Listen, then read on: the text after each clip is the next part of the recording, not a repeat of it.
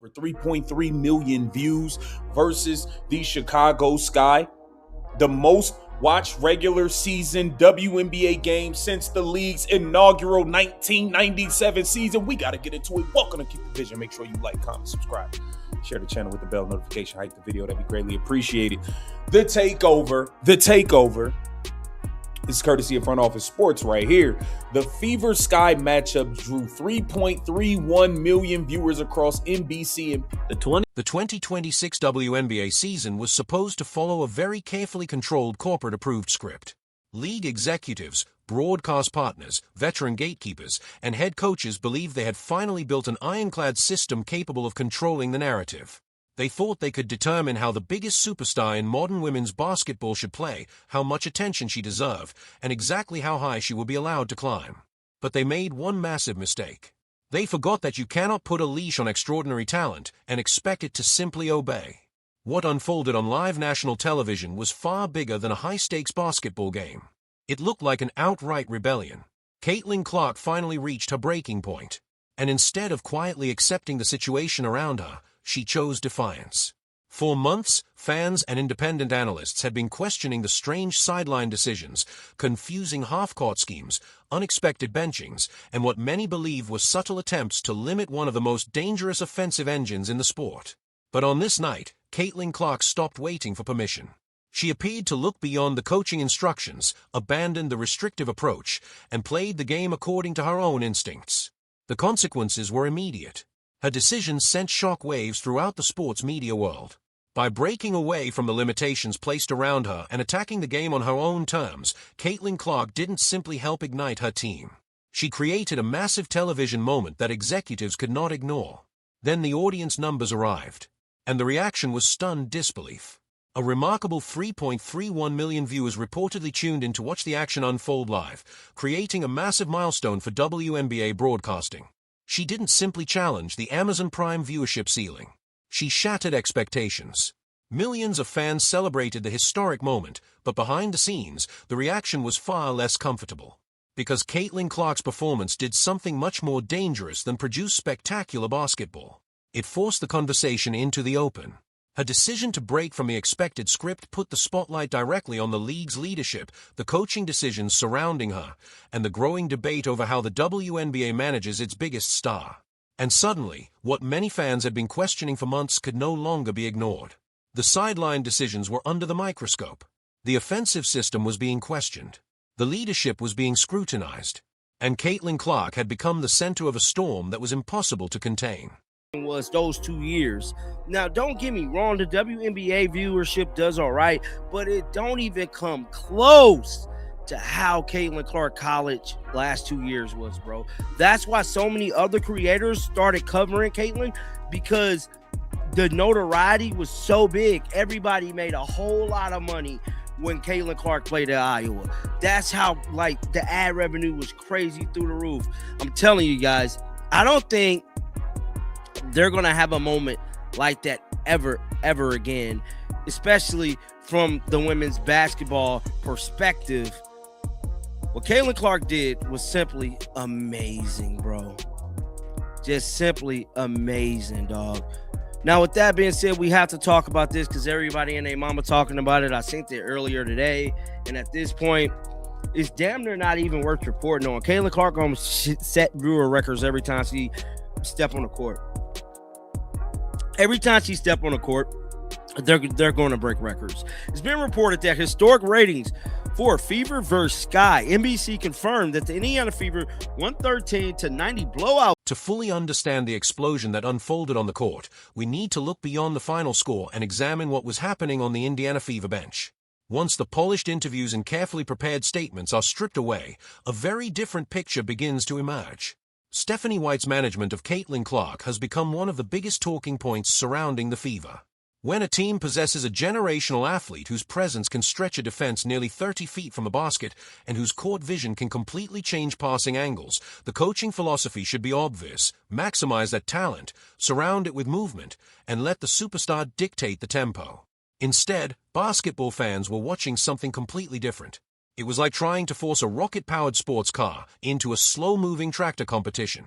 The offensive sets appeared rigid, predictable, and painfully deliberate. Instead of consistently putting the ball in Caitlin's hands during crucial transition moments, the offense repeatedly shifted away from the very player capable of creating instant chaos for opposing defenses. And every time Caitlin appeared to find her rhythm, the momentum seemed to dissipate. She would knock down back-to-back logo threes, ignite the crowd, and suddenly turn the entire arena into a pressure cooker. Then came the whistle. Timeout. The momentum vanished. The Fever would return to a slower possession, allowing the opposing defense to reset and regain control. Fans inside the arena noticed it. Viewers watching from home noticed it. And social media exploded with questions about why the team's offensive approach seemed to change precisely when Caitlin was heating up. To her critics, it was simply conservative coaching. But to many frustrated supporters, it looked like something deeper. A constant reminder that the system came before the individual star, regardless of how spectacular that star was playing. The message seemed clear: no player was supposed to become bigger than the coaching philosophy. But here's the problem. Elite creativity cannot thrive when every instinct is micromanaged. As the tension inside the Fever continued to build, the disconnect became increasingly difficult to ignore. The chemistry appeared different. The energy during huddles looked flat. Caitlin seemed increasingly frustrated by an approach that appeared to restrict the very instincts that made her such a dangerous offensive weapon. And then the pressure reached its breaking point. The third quarter was slipping away. The opposing team was gaining control. The offense needed an adjustment. But the coaching staff appeared unwilling to abandon the original approach. That was when the situation finally reached a boiling point. And what Caitlin did next would change the entire conversation. Pure, unfiltered confidence. And Peacock delivers 3.31 million viewers, the most watched regular season game since the opening weekend of the WNBA's inaugural season. This is not because of everyone, people. This is because of the one and only, Caitlin the GOAT Clark. Make no mistake about it. Everybody else just needs to be grateful that you are here for the ride. Be grateful that you are able to ride on private jets every other day. Be grateful that you are able to make hundreds of thousands and for some millions of dollars. Be grateful that people are actually watching. Stop trying to call all of them racist and all of this stuff. Just be grateful and appreciative of what this lady has brought to your league. It's that simple. Take a look at this here. It says the NBC Sports primetime presentation of the Indiana Fever Chicago Sky Sunday night basketball game on August 23rd averaged a total audience of 3.31 million viewers on NBC and Peacock, making it the most watched WNBA game since the opening weekend of league's inaugural 1997 season, and the third most watched WNBA regular season game ever. Okay? That sequence is the kind of moment that can become permanently etched into basketball history. After yet another chaotic timeout, Stephanie White was seen directing traffic from the sideline, signaling for a slower half-court possession that appeared designed to move the ball toward the low post. Caitlin Clark brought the ball over the timeline. Then she glanced toward the bench. It lasted only a split second, but that was all it took. Caitlin made a decision. She waved off the play. The instructions from the sideline were suddenly irrelevant. Instead of following the called set, Caitlin looked at her teammates, gave a quick signal, and took control of the possession herself. She wasn't running the scripted offense anymore. She wasn't waiting for the defense to establish its coverage. She called for a high screen, attacked directly into the pressure, created just enough space, and launched a deep 28-foot three that ripped through the net before the defenders could properly react. The arena erupted. But Caitlin wasn't finished.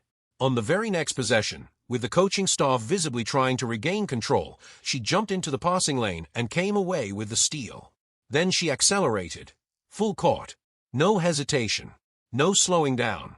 As defenders scrambled to recover, Caitlin delivered a stunning no-look wraparound pass that created another explosive opportunity and sent the crowd into absolute chaos. At that point, something had clearly changed. Caitlin Clark wasn't simply executing Stephanie White's offense anymore. She was creating her own. The tempo suddenly went through the roof. The opposing defense became frantic because the players could no longer anticipate the next move. They weren't defending a predictable sequence from a playbook. They were trying to react to Caitlin Clark in real time. And that is a completely different challenge. She was playing through instinct, creativity, confidence, and pure aggression. Every possession became unpredictable. Every movement created another problem.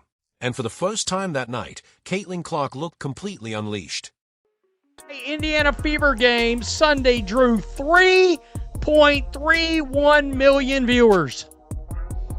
The most watched regular season game since the WNBA opening weekend in 1997, NBC announced. Caitlin Clark, Kelsey Mitchell combined for 67 points. Enos Kanter Freedom was removed from the Wintrust Arena mid-game. Let me also bring this up.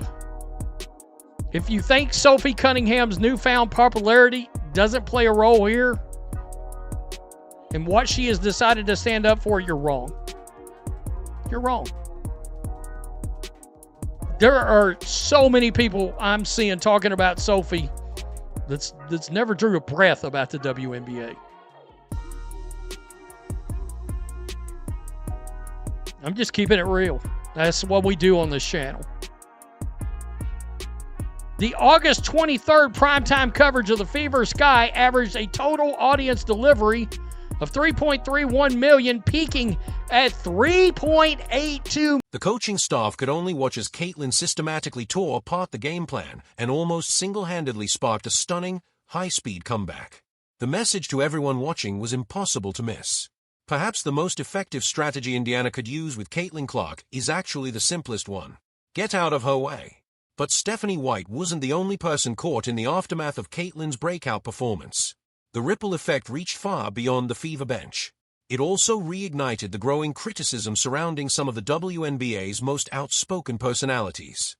Throughout the 2026 season, players such as Angel Reese and Dawana Borna have frequently found themselves at the center of conversations that extend well beyond basketball. Critics argue that instead of keeping the spotlight focused on skill development, competitive excellence, and elevating the overall product of the league, too much attention has been consumed by personal disputes, tense media moments, and post-game controversies. And that's where the frustration among fans has continued to grow. Because Caitlin Clark isn't simply another player in this story. She has become one of the biggest commercial and cultural forces in women's basketball, carrying enormous attention toward the league every time she steps onto the floor. Yet instead of allowing the basketball itself to dominate the conversation, the WNBA has repeatedly found itself surrounded by arguments about rivalries, comments, sideline incidents, and social media drama. Now Caitlin's explosive performance has added another layer to the debate. If one player can generate this level of excitement simply by being given freedom to play her natural game, then the question becomes unavoidable. Why wasn't the league maximizing that power all along? And that question may be far more uncomfortable than anything that happened during the game itself. Sports primetime presentation night, basketball on the 23rd, averaged a total of 3.3 million viewers on Peacock. And it surpassed the inaugural season. Based on official Nelson Big Data Plus panel, a digital data form from Adobe Analytics, the game peaked at 3.82 million. Now, the Fever Sky game came on at 7:08 through 9:26 Eastern Standard Time. Trails only 2 games from WNBA opening weekend going back to 1997. That was the New York Liberty versus the Los Angeles Sparks. We hit 5 million viewers on NBC. And Charlotte Sting, Phoenix Mercury hit 3.5 million. Respectively, between Charlotte, Phoenix in 97 and Indiana, the past Sunday, 6,440 WNBA regular season games was played. The Fever victory at Windhurst was powered by Caitlin Clark, which we already know. But I'm telling you right now, expect these numbers to go up more, because I think Caitlin got a chance to hit the 5 to 6 million mark, especially during the playoffs this year with all of the drama. They had built entire personal brands around confrontation. There were hard collisions, heated exchanges, trash talk for the cameras, and constant attempts to turn every matchup into another chapter of a larger rivalry. Over time, some began acting as though they were equal co-stars in the biggest story happening in women's basketball. But when Caitlin Clark finally went completely off-script, that image began to fall apart. The contrast on the court was impossible to miss. Angel Reese and Dawana Borna tried to make things difficult in the ways they normally do, applying heavy defensive pressure, crowding Caitlin's space, and attempting to disrupt her rhythm before she could get comfortable. But an unleashed Caitlin Clark presented an entirely different problem. Her combination of range, vision, timing, and creativity made conventional pressure extremely difficult to maintain. Double teams became opportunities. Defensive traps became passing lanes. And even when defenders stepped up from deep, Caitlin continued pulling up from well beyond the arc with confidence. She split pressure with remarkable precision, found tiny windows between defenders, and delivered pinpoint passes over and around reaching arms. Suddenly, defenders who had entered the matchup expecting to dictate the physical battle were being forced into reaction mode. Every possession became another potential highlight. Every defensive adjustment created another opening. And as the fourth quarter approached its final minutes, the energy surrounding the confrontation had completely changed. The confidence had faded. The talking had quieted down. The spotlight was no longer on the rivalry. It was on Caitlin Clark. And that may have been the most powerful part of the entire performance. She didn't simply win the scoreboard battle. She reminded everyone watching that there's a massive difference between creating attention and creating basketball magic. Social media arguments can generate clicks. Trash talk can generate headlines. But when the game slows down and pure skill takes over, the court eventually reveals the difference. And on this night, Caitlin Clark made that difference impossible to ignore. Most entertaining games I have seen all year long. Caitlin did a lot more takeover Caitlin, running the ball up and down the court. It was just, when they play that style of basketball, they're a really, really good watch. When they slow down into that extra pass bullshit, the half-court Stephanie White crap, once again, sports is entertainment. It becomes a brutally hard entertainment product to consume. Sports is entertainment. I want to be consumed. I want to watch what I want to watch. I want to watch the players I want to watch. I want to celebrate the players I want to celebrate. I don't need anybody telling me who I need to root for MVP. No, I'll root for the people I want to fucking root for. If I don't want to root for somebody else, I don't care, and I'm not going to apologize. Don't care who likes that or not. This record-shattering viewership completely strips the league of any disciplinary leverage. What can the front office realistically do? What can the coaching staff say? Are they going to bench? And now we reach the most powerful piece of evidence, the number that reportedly sent shockwaves through the league's corporate offices. While critics were questioning Caitlin Clark's decision to break away from the expected approach, and while her doubters were waiting for the experiment to fail, the television numbers arrived. And they were impossible to ignore. 3.31 million viewers. Let that number sink in. More than 3.31 million people reportedly tuned in to watch the action, producing a staggering audience figure and setting a new benchmark for WNBA broadcasting on Amazon Prime. This is what people have started calling the Caitlin Clark effect, and on this night, it appeared to reach another level entirely. Because numbers don't argue. They don't participate in rivalries. They don't care about social media narratives. They simply show where the audience is going. And these numbers raise a very uncomfortable question for the league. Are viewers really tuning in because of carefully crafted corporate messaging? Are they watching for conservative coaching decisions? Are they tuning in because of another social media controversy? Or are they showing up because Caitlin Clark represents something uniquely compelling on a basketball court? The answer may be sitting right there in the ratings. When Caitlin is given the freedom to play with pace, creativity, range, and confidence, millions of people appear willing to stop what they are doing and watch. That's more than a good television number. It's a signal. A signal that the audience wants the basketball itself to become the main event.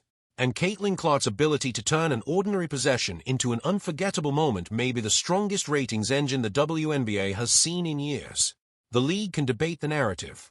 Analysts can debate the coaching. Players can debate the rivalries. But the audience has already delivered its verdict. 3.31 million viewers. And that number is now part of the conversation whether the establishment likes it or not. Over here.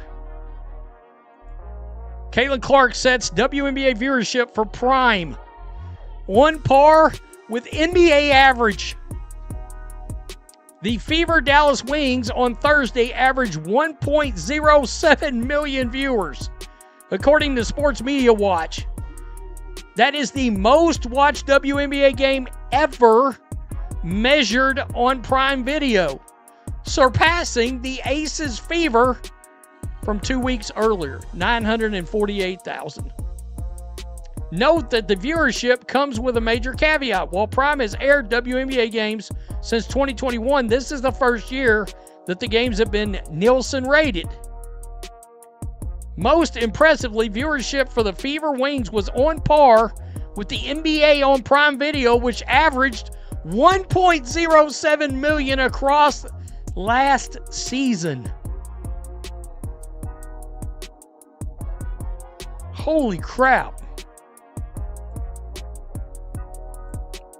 That rating matched the average. This record-breaking audience figure creates a much bigger question for the league. What kind of leverage does the front office really have now? What can the coaching staff realistically say? And more importantly, what happens when the player generating enormous attention is also the person capable of turning an ordinary game into a massive television event? That is where the situation becomes complicated. You can't ignore the business impact of a superstar who consistently attracts millions of viewers. You can't simply remove the spotlight from someone who has become one of the most recognizable names in women's basketball. And you certainly can't pretend the audience isn't paying attention. The balance of power has changed. The conversation around Caitlin Clark is no longer limited to points, assists, or three-pointers. It's about influence. It's about visibility. It's about the enormous audience that follows every move she makes. And if 2026 is remembered for anything, it may be remembered as the season Caitlin Clark stopped allowing outside expectations to define her game. She played with freedom. She challenged the system. She trusted her instincts. And suddenly, the entire basketball world was talking. But now comes the question that matters most. Was Caitlin Clark actually justified in breaking away from the system? Did she prove that the offense works better when she is allowed to play naturally? Or did going rogue cross a line that a superstar still has to respect? And what about the growing tension surrounding other major WNBA personalities? Have the constant rivalries, confrontations, and off-court narratives helped the league, or have they distracted from the basketball itself? And finally, what does that massive 3.31 million viewer figure really tell us about Caitlin Clark's influence? Does it prove that she has become the league's biggest attraction? Or is the story more complicated than that? Now I want to hear what you think. Was Caitlin Clark right to ignore the restrictive approach and take control of the game? Do you believe the coaching staff should give her more freedom? And does the massive audience figure prove that Caitlin has become the central attraction of the WNBA? Drop your opinion in the comments. Let's turn this into a real basketball debate. And if you enjoy bold analysis that challenges the usual sports narrative, make sure to like this video, subscribe to the channel, and turn on notifications so you don't miss the next breakdown. Because this story is far from over. The 2026 WNBA season is still unfolding, and Caitlin Clark may have just changed the conversation permanently. Stay informed, stay engaged, and I'll see you in the next breakdown.